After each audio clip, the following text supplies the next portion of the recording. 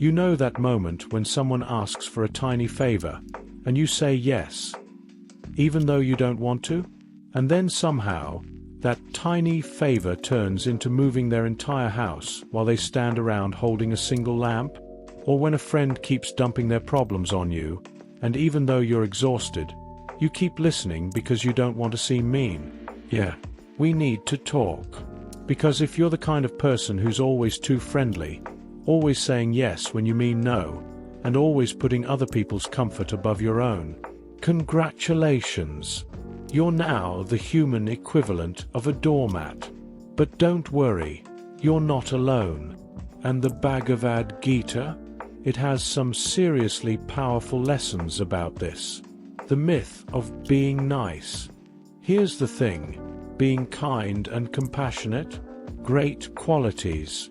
But being too friendly, to the point where people take advantage of you, that's not kindness. That's weak boundaries. And the Gita makes one thing very clear. A wise person is not someone who pleases everyone.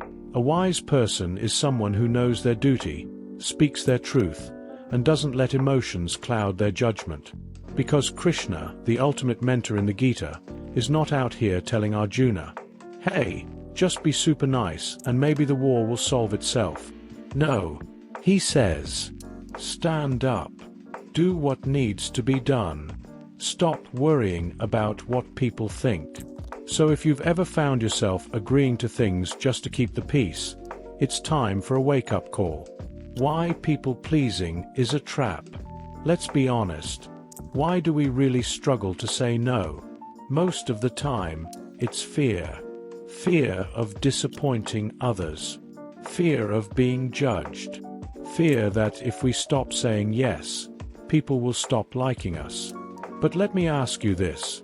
Do you like the people who constantly take advantage of your kindness? Do you respect them? Probably not. Because deep down, we all know, when someone is too nice, too available, too eager to please, they start losing their value. It's the classic supply and demand rule. When something is too easy to get, people don't appreciate it. And that applies to you too. The Gita teaches that self-respect comes from inner steadiness, not from external validation.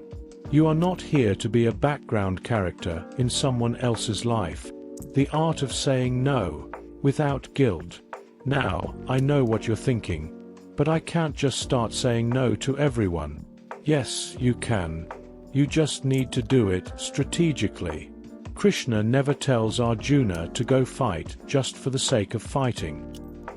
He tells him to act according to his dharma, his true purpose. So before you say yes to something, ask yourself. 1.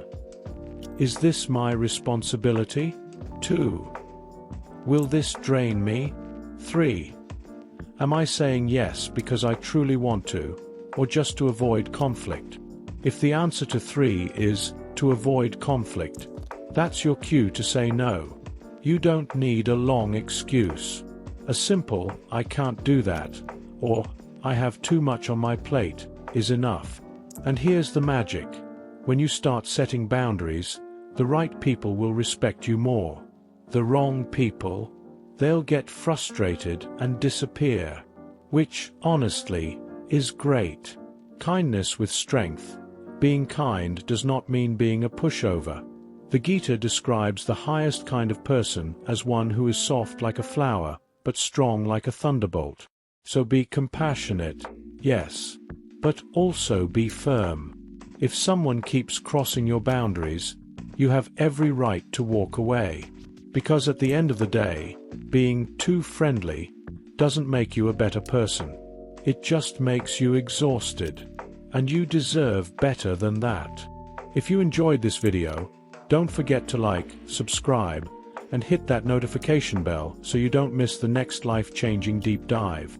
Thanks for watching, and I'll see you next time.